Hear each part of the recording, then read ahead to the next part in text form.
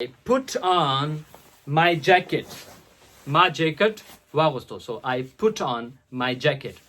I take off my jacket. او که فرض کا د چا جرابونه ډېر ښه بوی راځي نو هغې ته بیا ویل کېږي smelly socks. کوم چې هم د بوټانو د تسمې وي که نه دغې ته ویل کېږي laces یا shoe laces. نو که فرض که ته چاته وایې چې د بوټانو تسمې دې وتړه نو ته ورته ویلی شي چې tie your shoe laces. یو څیز له موږ غوټه ورکوو یعنې د بوټانو تسمو له هم موږ غوټه ورکوو که نه د غوټې ته په انګلیش کې ویلی کېږي knot. د knot spelling دی KNOT خو دا K پکې silent دی. صحیح ده. I put on my sunglasses. ما خپل sunglasses اغوستي دي. I put on یا I take off my sunglasses. ما خپلې چشمې لرې کړلې. بسم الله الرحمن الرحیم. السلام علیکم ملګرو. امید دی چې تاسو ټول بخیر. نن زمونږه د انګلیش لینګویج د ووکیبلري باره کې یو ډیر اهم لیسن دی او نننې لیسن زمونږ د دې په باره کې دی چې کله مونږه د جامو اغوستو په باره کې خبرې کوو یا مونږ چاته وایو چې شرټ واغونده یا شرټ وباسه یا جامې واغونده جامې وباسه د دې ټولې فقرې چې په انګلیش کې څنګه ویل کېږي دغه شانتي جیکټ واچوه یا بوټان پخپو کا یا پینټ واچوه نو دا ټولې خبرې مونږ په انګلیش کې څنګه کوو نننې لیسن زموږ د دې په باره کې دی ځکه چې په پریکټیکل لایف کې په عام ژوند کې د دې ډېر استعمال راځي. کله کله خلک په فون باندې خلکو ته وایي چې ما دا جامې اغوستې دي او یا خلک ماشومانو ته وایي چې بوټان پخپو کا نو ځکه دا په عام ژوند کې ډېر زیات استعمالیږي. نننې لیسن زموږ د دې په باره کې دی. د لیسن شروع کېدو نه مخکې لایک او شیر د نه هېر نشي او ټول زموږ د یوټیوب چینل خامخا سبسکرایب کړئ. ښه نو راځو خپل لیسن لا. ډریسنګ ډېر اهم دی. اوس په ډریسنګ کې ډېر شي قسمونه وي خو د دې د ویلو طریقه بالکل یو شانتي ده. که هغه تاسو د شرټ په باره کې وایئ که د جاکټ په باره کې وایئ که د بوټانو په باره کې وایئ که د هیټ د ټوپۍ په باره کې وایئ ایون که د چشمو په باره کې وایئ د ټولو دپاره د اغوستو دپاره یا د لرې کولو دپاره یا د بدلولو دپاره د هغې ټولو دپاره یو شانتي فقرې استعمالیږي. مثال په طور کله چې هم مونږه د اغوستو خبره کوو چې یعنې جامې واغونده ته چاته وی چې شرټ واچوه شرټ واغونده نو ته ورته څه وی put on your shirt. شرټ واچوه یا شرټ واغونده put on به راځي یا تاسو ورته داسې هم ویلی شئ چې put your shirt on. دا on مونږه د your نه پس هم لګولی شو او د your نه مخکې هم لګولی شو. put your shirt on یا put on your shirt. خپل شرټ واغونده. اوس دغه شانتي تاسو چې کله هم د ویستو دپاره وایئ چاته چې یعنې شرټ وباسه یا جامې وباسه د هغې دپاره راځي take off.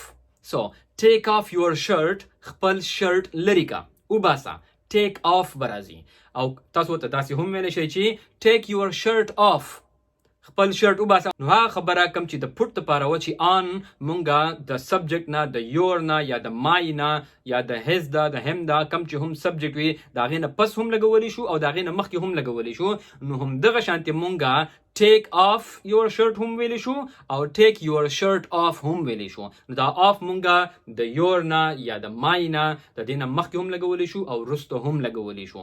اوس دلته کې دا یوه خبره یاد ساتئ کوم چې د اغوستو دپاره ما تاسو ته ووایي یعنې جامې اغوستل یا شرټ اغوستل د دې دپاره چې ما تاسو ته کوم ټکې ووایي put on نو اوس دا put یو داسې ټکې دی دا اصل کې verb دی او د دې فرست سیکنډ او تھرډ فارم یو شانتي دي. د دې فرست فارم هم دی put د دې سیکنډ فارم هم دی put او د دې تھرډ فارم هم دی put.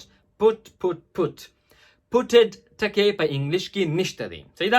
نو اوس د دې یادول ډېر اسان دی چې کله هم تاسو د جامو اغوستلو په باره کې خبره کوئ تاسو به همیشه وایئ چې put on. که هغه تاسو د هرې زمانې خبره کوئ که تاسو د موجوده وخت خبره کوئ د پریزنټ خبره کوئ که د پاست خبره کوئ که د فیوچر خبره کوئ ځکه چې د put خو بل فارم د سره اړو شته دی نه نو په هر زمانې کې به مونږ صرف پټ استعمالو.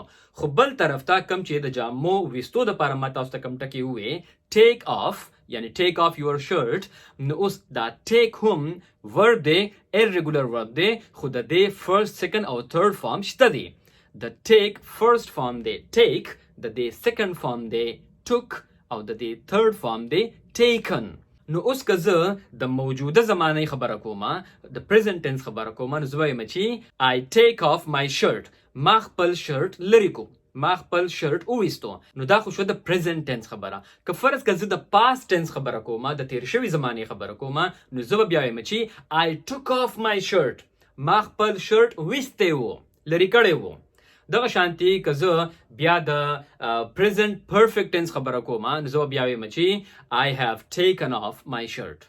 او که فرض که زه د پاست پرفیکټ ټنس خبره کوم، نو بیا به زه وایم چې I had taken off my shirt. دغه شانتي په ټیک کې به بیا ټنس بدلیږي را بدلیږي، ځکه چې د هغې فرست سیکنډ او تھرډ فارم د یو بل نه بدل دی. او بل طرف ته کم چې پټ دی، نو د هغې درې واړه فارمز یو شانتي دي. هغه که تاسو د هرې زمانې خبره کوئ، هغه به بالکل نه بدلیږي، همیشه به راځي put on. صحیح ده؟ نو اوس کله چې هم مونږ د زپ بره کولو او ښکته کولو خبره کوو، نو مونږ وایو چې zip up, zip down. اوس زه څه کومه؟ زه خپل هوډي وباسمه. So I'm taking off my hoodie. صحیح ده؟ I put on my jacket. ما جیکټ واغوستو. So I put on my jacket. I take off my jacket. صحیح ده؟ که ته چېرته چاته وایې چې بوټان په خپو کا، یعنې موږ بهر ځو بوټان په خپو کا، ته ورته ویلی شي چې put on your shoes یا put your shoes on. صحیح ده؟ تاسو ته ما ویلي که نه، on مخکې هم لګېدی شي، وروسته هم لګېدی شي. یا که ته چاته وایې چې بوټان وباسه، ته ورته ویلی شي چې take off your shoes یا take your shoes off.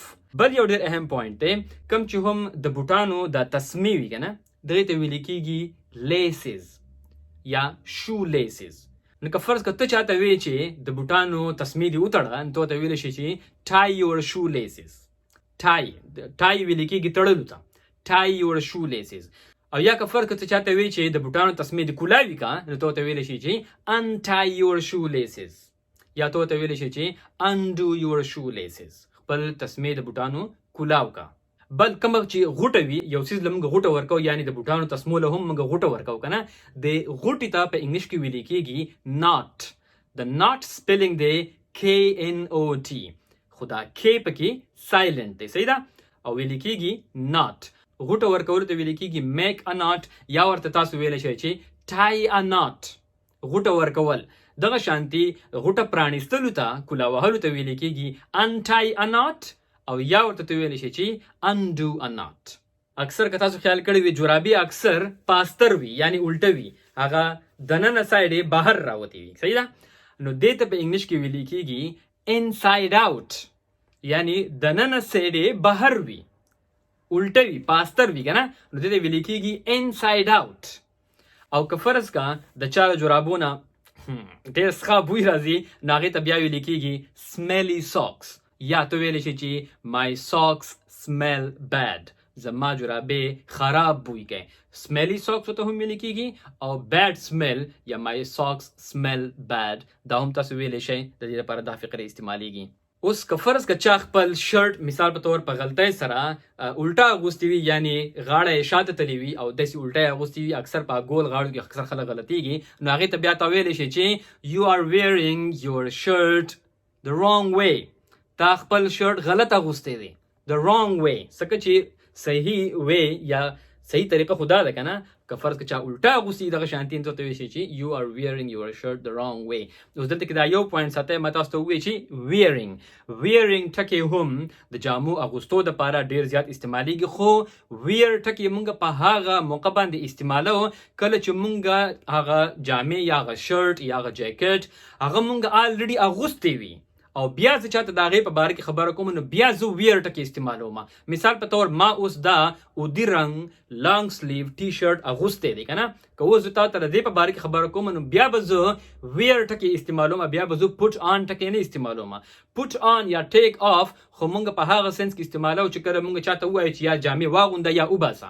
خو که فرض که ما آلریډي اغوستی او د دې په باره کې زه تا ته وایم چې ما اودي رنګ شرټ اغوستی دی یا ما اودي رنګ اوږدو نستونو والا ټي شرټ اغوستی، نو زه بیا وایم چې I am wearing a long sleeved blue t-shirt. صحیح ده؟ نو بیا به ویر ټکې راځي.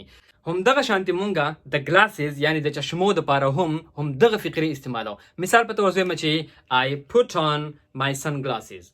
ما خپل سن ګلاسز اغوستی دي. I put on یا I take off my sunglasses. ما خپل چشمې لرې کړلې.